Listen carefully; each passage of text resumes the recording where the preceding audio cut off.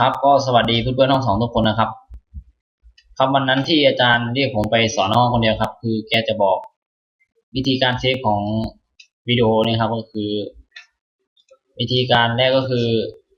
เราต้องเปิดวิดีโอนี้ขึ้นมาให้มันอยู่ตรงนี้แล้วก็ลากลงมาบนแถบให้มันอยู่ตรงนี้นะครับจากนั้นเราก็กด Product and Share นะครับบันทึกเป็น MP4 อยู่ตรงนี้นะครับส่วนลง YouTube ใครจะแชร์ลง YouTube เลยก็คลิกตรงนี้นะครับมันจะให้เด้งขึ้นมาให้เราใส่อีเมลครับผมแต่เราจะบันทึกเป็น MP4 ครับผมแล้วก็เลือกตรงนี้นะครับแล้วก็บันทึกเป็นเอาสัก720พอเป็นดีครับผมกด next ไปครับแล้วก็เปลี่ยนชื่อคำขำก็ได้ครับนี่ก็เป็น